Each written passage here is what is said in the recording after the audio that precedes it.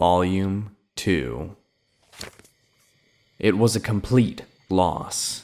The Cathay Rot had stolen or destroyed almost every item of value in the caravan in just a few minutes' time.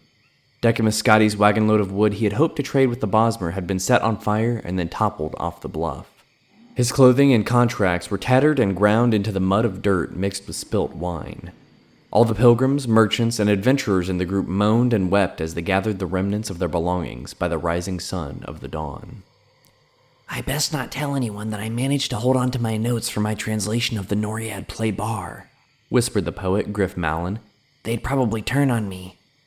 Scotti politely declined the opportunity of telling Mallon just how little value he himself placed on the man's property. Instead, he counted the coins in his purse.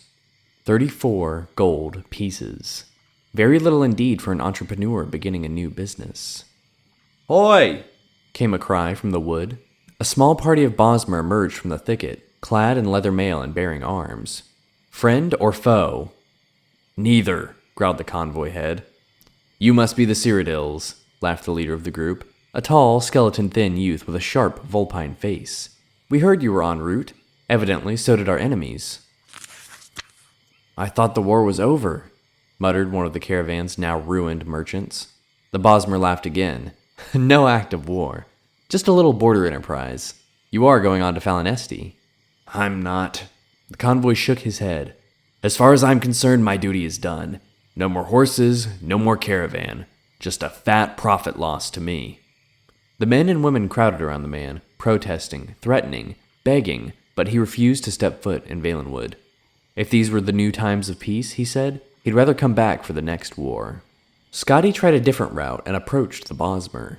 He spoke with an authoritative but friendly voice, the kind he used in negotiations with peevish carpenters. "I don't suppose you'd consider escorting me to Falinesti.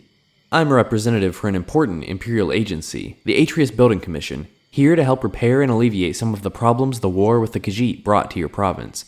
Patriotism, 20 gold pieces, and you must carry your own gear if you have any left," replied the Bosmer. Scotti reflected that negotiations with peevish carpenters rarely went his way either.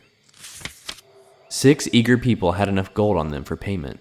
Among those without funds was the poet, who appealed to Scotti for assistance. "I'm sorry, Griff. I only have 14 gold left over. Not even enough for a decent room when I get to Falinesti.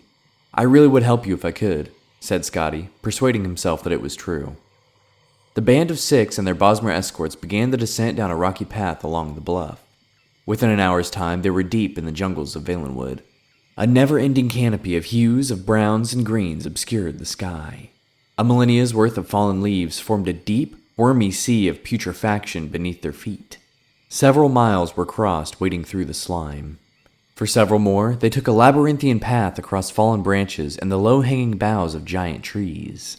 All the while, hour after hour, the inexhaustible Bosmer host moved so fast, the Cyrodiils struggled to keep from being left behind. A red-faced little merchant with short legs took a bad step on a rotten branch and nearly fell. His fellow provincials had to help him up. The Bosmer paused only a moment, their eyes continually darting to the shadows in the trees above before moving on at their usual expeditious pace. "What are they so nervous about?" wheezed the merchant irritably. "More Cathay Rot?" "Don't be ridiculous," laughed the Bosmer unconvincingly. "Khajiit this far into Valenwood? In times of peace? They'd never dare." When the group passed high enough above the swamp that the smell was somewhat dissipated, Scotti felt a sudden pang of hunger. He was used to 4 meals a day in the Cyrodiilic custom. Hours of non-stop exertion without food was not part of his regimen as a comfortably paid clerk. He pondered, feeling somewhat delirious, how long they had been trotting through the jungle. 12 hours? 20? A week? Time was meaningless. Sunlight was only sporadic through the vegetative ceiling. Phosphorescent molds on the trees and in the muck below provided the only regular illumination. "Is it possible at all for us to rest and eat?" he hollered to his host up ahead. "We're near to Falinesti," came the echoing reply. "Lots of food there."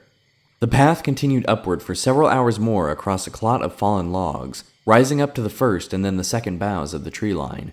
As they rounded a long corner, the travelers found themselves midway up a waterfall that fell 100 feet or more. No one had the energy to complain as they began pulling up the stacks of rock, agonizing foot by foot. The Bosmer escorts disappeared into the mist, but Scotti kept climbing until there was no more rock left. He wiped the sweat and river water from his eyes. Falinesti spread across the horizon before him. Sprawling across both banks of the river stood the mighty Grot Oak City, with groves and orchards of lesser trees crowding it like supplicants before their king.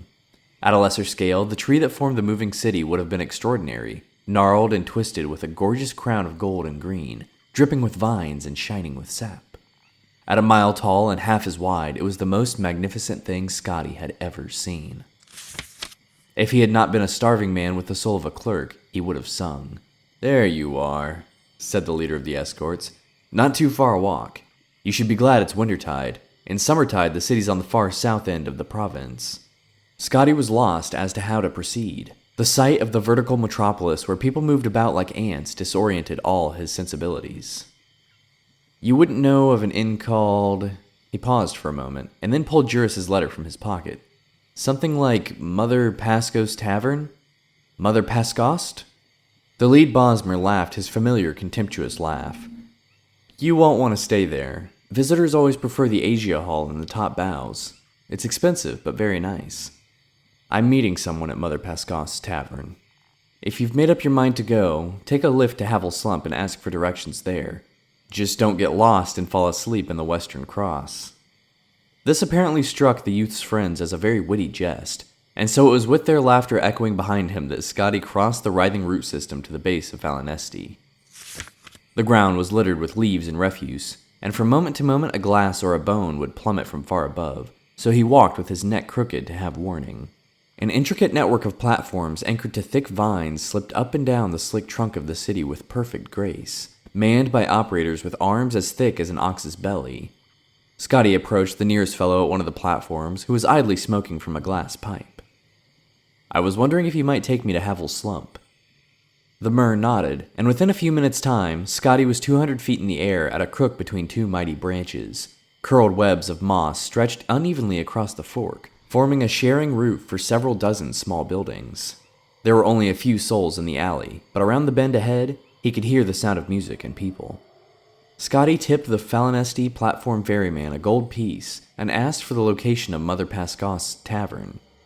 "Straight ahead of you, sir, but you won't find anyone there," the ferryman explained, pointing in the direction of the noise. "Morndas, everyone in Havel Slump has revelry."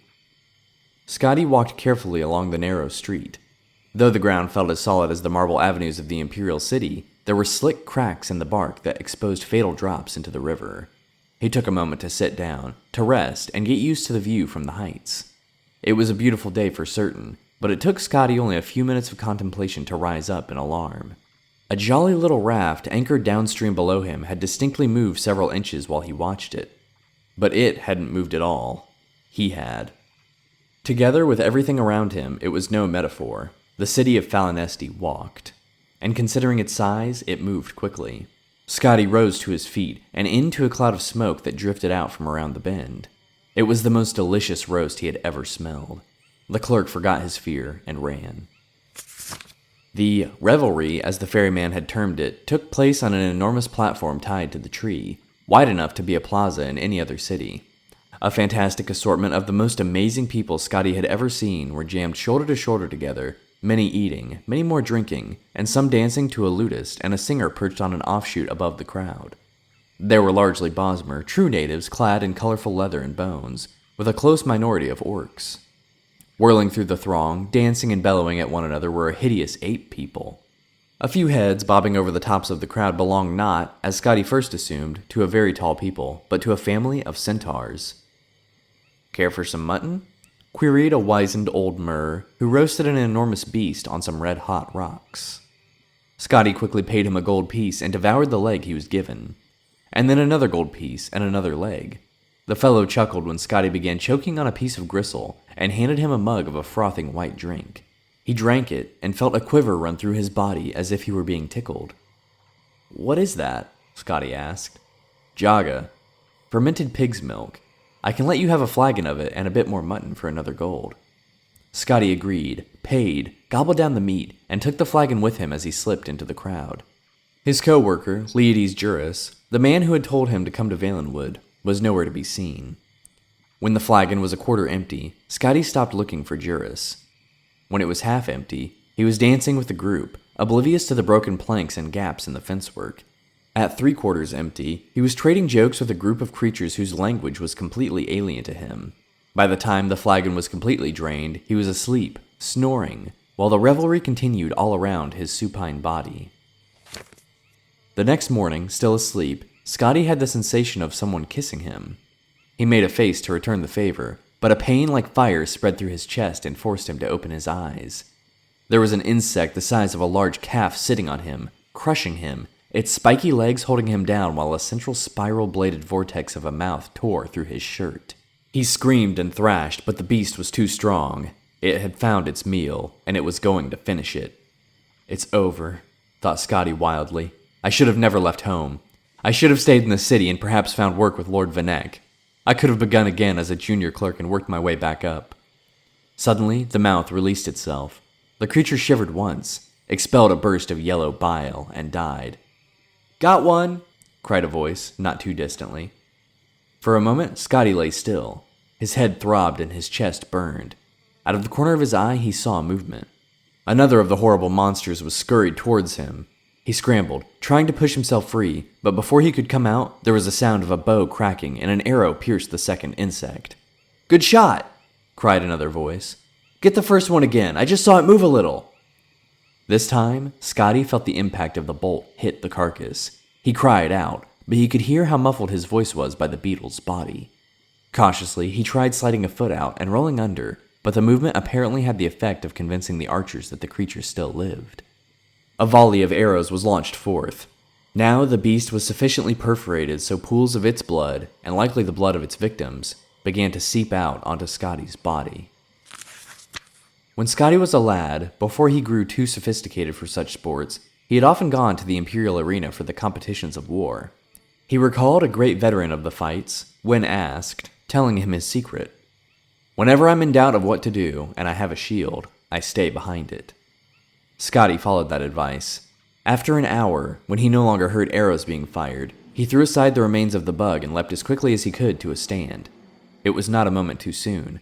A gang of 8 archers had their bows pointing in his direction, ready to fire. When they saw him, they laughed. "Didn't anyone ever tell you not to sleep in the Western Cross? How are we going to exterminate all the horrivores if you drunks keep feeding them?" Scotti shook his head and walked back along the platform, round the bend, to Havel's slump. He was bloodied and torn and tired, and he had far too much fermented pig's milk. All he wanted was a proper place to lie down. He stepped into Mother Pascau's tavern, a dank place, wet with sap, smelling of mildew. "My name is Decumus Scotti," he said. "I was hoping you would have someone named Juris staying here." "Decumus Scotti?" pondered the fleshy proprietress, Mother Pascaust herself. "I've heard that name. Oh, you must be the fellow he left the note for. Let me go see if I can find it."